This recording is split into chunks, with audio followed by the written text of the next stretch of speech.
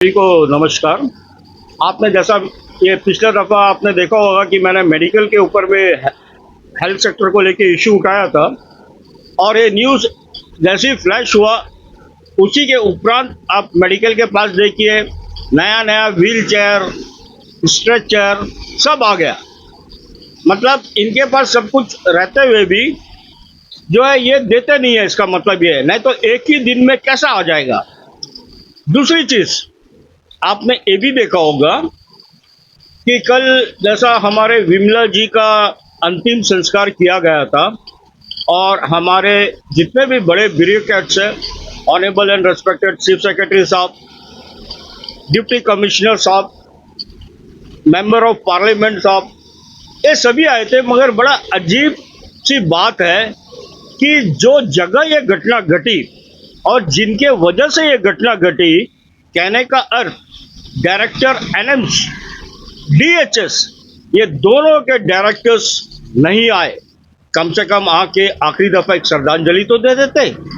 इनके पास इतना भी टाइम नहीं था। बड़ा अजीब सा बात है।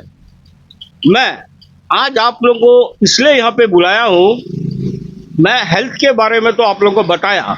आज मैं मेडिकल कॉलेज के स्टूडेंट जो पढ़ते हैं और ये जो इनको प्रोफेसर्स पढ़ाते हैं मेडिकल के बारे में, हेल्थ के बारे में, उनके विषय में जानकारी दूंगा। और मेरा ये अपील भी है, जो स्टूडेंट के पेरेंट्स, जो पेरेंट्स के स्टूडेंट मेडिकल कॉलेज में पढ़ते हैं, क्या कभी वो जानने की कोशिश की कि उनके बच्चे को सही तरीका से जो है उनको पढ़ाया जाता है एक फ्रेश और स्वच्छ इन्वायरमेंट में कि नहीं। ये बड़ा दुर्भाग्य की बात है। जब कल मैं विजिट किया जीबी पंत MICU में, उसके उपरांत मैंने जो है मेडिकल कॉलेज में भी गया। मेडिकल कॉलेज का एक रूम है LT3, जो कि आपका लाइब्रेरी के बगल से उसका सीढ़ी नीचे जाती है। आप उस सीढ़ी से जाइए। मेरा ये रिक्वेस्ट सभी पेरेंट्स से है जिनके स्टूडेंट बच्चे जो है मेडिकल में पढ़ रहे हैं, और ये रिक्वेस्ट मेरा member of parliament, health secretary साहब और CS साहब से भी है। आप तुरंत जाइए, लाइब्रेरी के बगल से जो सीढ़ी नीचे उतरती है, जो LT3 रूम के पास जाती है, जहाँ पे बच्चों को पढ़ाया जाता है, ये जो है ये क्लास 1 घंटे की होती है स्टूडेंट की, और इसके दरमियान ये क्लास में ना तो एक भी फैन है, ना तो AC है, ना ही टॉयलेट है। टॉयलेट है भी तो एकदम गंदी पड़ी हुई है, दरवाजा टूटा हुआ है, अंदर स्मेल आता है जैसा कि चूहा मरा हुआ है। आप सोचिए, ये हमारी महान डायरेक्टर प्रज्ञा मैडम जी, जो कि कई साल से एनएम्स की डायरेक्टर है, ये इतना बढ़िया स्वच्छता में हमारे आइलैंड्स के स्टूडेंट को ये ज्ञान दे रही है, मतलब हेल्थ के बारे में जानकारी दे रही है ऐसे रूम में। क्या इनको पता नहीं है कि बच्चे को कभी भी पढ़ने के लिए एक स्वस्थ और एक अच्छा इन्वायरमेंट की जरूरत है। ये क्लास में आप इसके अलावा इसके बगल में भी क्लासेस है, तो आप बताइए ना, 1 घंटा का क्लास चलती है बच्चों की, ना फैन है, ना AC है, ना वॉशरूम है, ना टॉयलेट है, गंदी पड़ी हुई है। मैं 1-2 फोटोग्राफ्स भी लिया हूं जो कि मैं आप लोगों से साझा करूंगा, आप वो फोटो डाल के दिखा भी सकते हो। तो क्या ऐसा पढ़ाया जाता है क्या मेडिकल कॉलेज में स्टूडेंट को? आप बताइए ना मुझे। काफी सालों से प्रज्ञा मैडम इधर में है, क्या उसके पास इतना भी समय नहीं है कि अपना चैम्बर से उतर के जो लाइब्रेरी है उस कुछ कदम की दूरी में है, वहां में क्लास में जाके देखे कि स्टूडेंट कैसे वातावरण में पढ़ रहे हैं?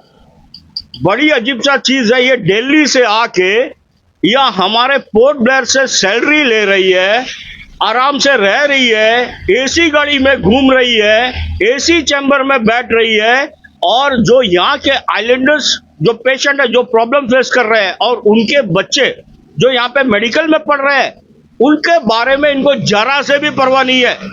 मैं इसे पिछला दफा भी कहा था, ये मैडम को, प्रज्ञा मैडम को तुरंत इसका पोस्ट से हटाया जाए, डायरेक्टर की। She is totally unfit. Again I am telling you blindly and openly with evidence, she is unfit to hold this post. इसको रिमूव किया जाए और यहाँ के जो हमारे लोकल डॉक्टर्स हैं, जो पहले रिटायर हो चुके हैं, सीनियर्स, उनको वो पोस्ट दी जाए। देखिए, हमारे एडमिनिस्ट्रेशन डायरेक्टर को मंगाकर उनको रहने की सुविधा दे रही है, सारा फैसिलिटीज दे रही है। अगर आप यहाँ के डॉक्टर को लेते हैं हमारे आइलैंड के और उनको डायरेक्टर की पद देते हो, तो आपको ये सब सुविधा देने की जरूरत ही नहीं है, क्योंकि उनका तो खुद घर है ऑलरेडी, वो यहीं पे रहेंगे, आपका पैसा बचेगा। आप अननेसेसरी इतने दूर से मंगा के डायरेक्टर को बिठाए हो, और वो एक नंबर का नाकाम है वो ये पोस्ट के लिए। उसको जरा से भी शर्म नहीं आई, इतना बार उठ चुका है मेडिकल का इशू, वो उसको ठीक करने का प्रयास तक नहीं की। इस तरह डॉक्टर को रह के क्या फायदा? आप एक तरफ पेशेंट की जान ले रहे हो, दूसरी तरफ हमारे बच्चे जो पढ़ रहे हैं उनको सही तरीका से, सही इन्वायरमेंट में आप एजुकेशन नहीं दे रहे हो। मैं पूछता हूँ मैडम, हमारी बच्चियां लोग जो है, बच्चियां लोग जो पढ़ते हैं, अगर किसी का अगर अचानक तबीयत खराब हो गया, उनको वॉशरूम जाना हो गया, तो वो कहाँ जाएंगे ये बताइए? बच्चियों के अलावा इवन जो हमारे बच्चे लोग भी है, मेल फीमेल, 1 घंटे की क्लास है, कहाँ जाएंगे? एसी नहीं है, फैन नहीं है, कचरा पड़ा हुआ है, टेबल डेस्क टूटा फूटा है, आप इस तरह का रूम में आप उनका क्लास ले रही हो? मैं तो इन स्टूडेंट का पेरेंट्स से पूछूंगा, सर आप लोग का बच्चे लोग जो मेडिकल कॉलेज में है, उनका 10 सेमेस्टर हुआ करता है, और ये लोग 30 से 40 हजार रुपया लेते हैं मंथली, एक सेमेस्टर की 30 से 40 हजार रुपया लेते हो।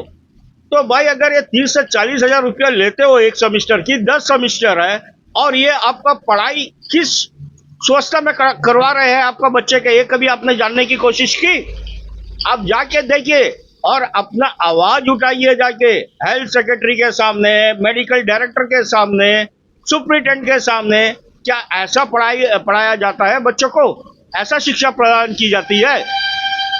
तात्पर्य मेरा यही है, अंत में मैं यही कहूँगा कि ये जो हेल्थ है, हमारा हेल्थ डिपार्टमेंट है, और जो स्टूडेंट की है, जहाँ शिक्षा इनको दी जाती है, ये टोटली फेलियर जा रही है हमारा एनएम्स में।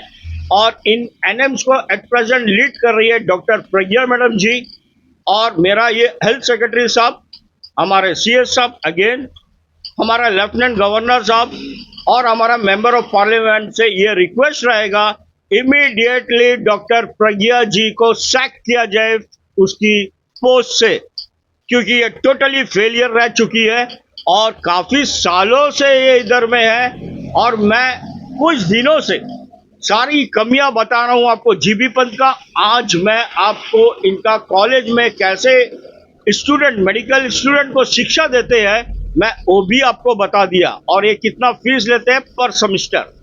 तो आप ही बताइए, आप सोचिए। मेरा ये रिक्वेस्ट है पेरेंट्स से जिनके स्टूडेंट पढ़ते हैं, आप सोचिए जरा, आप कभी जाके देखिए LT3 लाइब्रेरी के बगल से सीढ़ी उतरती है, आप उतरिए सीढ़ी, रूम में जाइए, देखिए आपके बच्चे लोग कैसा शिक्षा ग्रहण कर रहे हैं।